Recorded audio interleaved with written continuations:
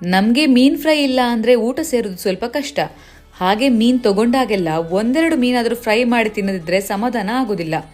ಅದಕ್ಕೆ ಇವತ್ತು ಬಂಗುಡೆ ಮೀನಿಗೆ ಡಿಫ್ರೆಂಟ್ ಮಸಾಲ ಹಾಕಿ ಫ್ರೈ ಮಾಡಿದ್ದು. ಟೇಸ್ಟ್ ತುಂಬಾ ಚೆನ್ನಾಗಿತ್ತು.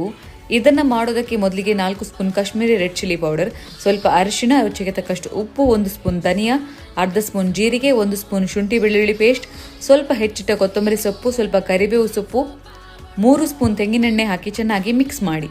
ಈಗ ಸ್ವಲ್ಪ ನೀರು ಹಾಕಿ ಅರ್ಧ ಲಿಂಬೆ ಹಣ್ಣು ಹಿಂಡಿ. ಈಗ ಎಲ್ಲ ಮಸಾಲಾನ ಚೆನ್ನಾಗಿ ಮಿಕ್ಸ್ ಮಾಡಿ ಈ ರೀತಿ ಕನ್ಸಿಸ್ಟೆನ್ಸಿಗೆ ಬರಲಿ. ಈಗ 2 ಬಂಗುಡೆ ಮೀನು ತಗೊಂಡು ಅದನ್ನು ಈ ರೀತಿ ಕಟ್ ಮಾಡ್ಕೊಂಡಿದ್ದೀನಿ. ಹೀಗೆ ಕಟ್ ಮಾಡಿದರೆ ಮಸಾಲ ಚೆನ್ನಾಗಿ ಹಿಡಿಯುತ್ತೆ. ಈಗ ಮಸಾಲ ಹಚ್ಚಿ 1 ಅವರ್ ಮ್ಯಾರಿನೇಟ್ ಮಾಡೋದಕ್ಕೆ ಇಡಿ. ನಂತರ ಒಂದು ಪ್ಯಾನಿಗೆ ತೆಂಗಿನೆಣ್ಣೆ ಹಾಕಿ ಒಂದೊಂದೇ ಮೀನು ಹಾಕಿ ಫ್ರೈ ಮಾಡಿ. ಮೀನು ಫ್ರೈಗೆ ತೆಂಗಿನೆಣ್ಣೆ ಹಾಕಿದರೆ ಚೆನ್ನಾಗಿರುತ್ತೆ. ಈಗ ನಮ್ಮ ಬಂಗುಡೆ ಫ್ರೈ ರೆಡಿ ಆಗಿದೆ. ಟೇಸ್ಟ್ ಅಂತೂ ಸಖತ್ತಾಗಿ ಬಂದಿತ್ತು. ನೀವು ಈ ರೆಸಿಪಿ ಟ್ರೈ ಮಾಡಿ. ಡೀಟೇಲ್ಡ್ ರೆಸಿಪಿ ಕ್ಯಾಪ್ಷನಲ್ಲಿದೆ, ಚೆಕ್ ಮಾಡಿ.